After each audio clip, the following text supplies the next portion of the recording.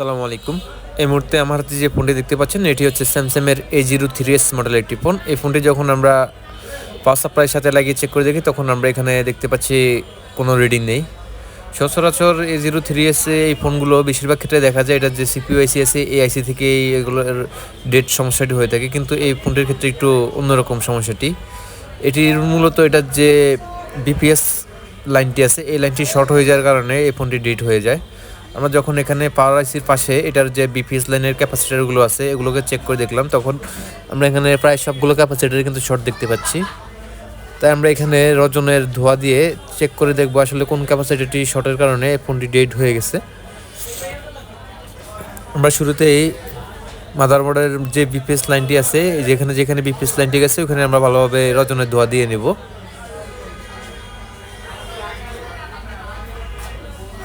আমরা রজনের ধোয়া দিয়ে নিয়েছি, এখন আমরা এখানে ভোল্টেজ ইনপুট করে দেখবো কোনো ক্যাপ গরম হয় কিনা।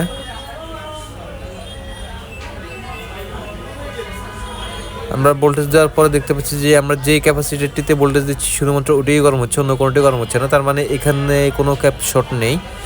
তাই আমরা সিদ্ধান্ত নিলাম এটা যে চার্জিং আইসিটি আছে এই চার্জিং আইসির আশেপাশে দেখবো আমরা কোনো ক্যাপাসিটার শর্ট পাই কিনা। আমরা শুরুতে এখানে বিপিএস কয়েলের উপর থেকে টিনটি একটু কেটে নেব, তারপর আমরা এখানে চার্জিং আইসির উপরে ধোয়া দিয়ে চেক করে দেখব। আমরা যখন এখানে ধোয়া দেওয়ার পরে ভোল্টেজ দিচ্ছি তখন আমরা এখানে একটি ক্যাপাসিটার কিন্তু গরম হতে দেখতে পাচ্ছি। আমরা পুনরায় দেখার চেষ্টা করব কোন ক্যাপাসিটারটি আসলে শর্ট হয়েছে। আমরা ভোল্টেজ দেওয়ার পরে দেখতে পাচ্ছি এখানে শুরু যে ক্যাপাসিটিটি আছে এই ক্যাপাসিটিটি সর্বপ্রথম গরম হচ্ছে, তাই আমরা এখান থেকে এই ক্যাপাসিটিটি রিমুভ করে দেখব।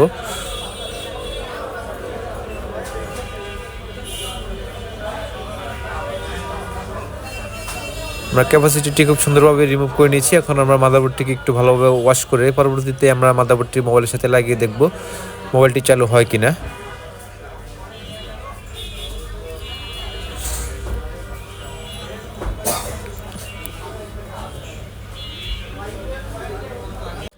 আমরা শুরুতেই ফোনটিতে চার্জিং কানেকশন দিয়ে দেখব মোবাইলে চার্জ নেয় কিনা।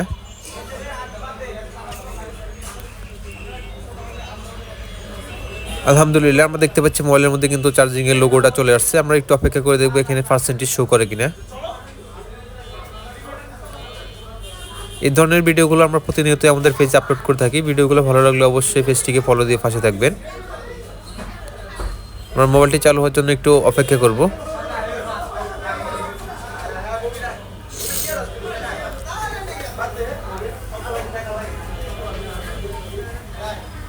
আলহামদুলিল্লাহ আমাদের ফোনটি কিন্তু চালু হয়ে গেছে।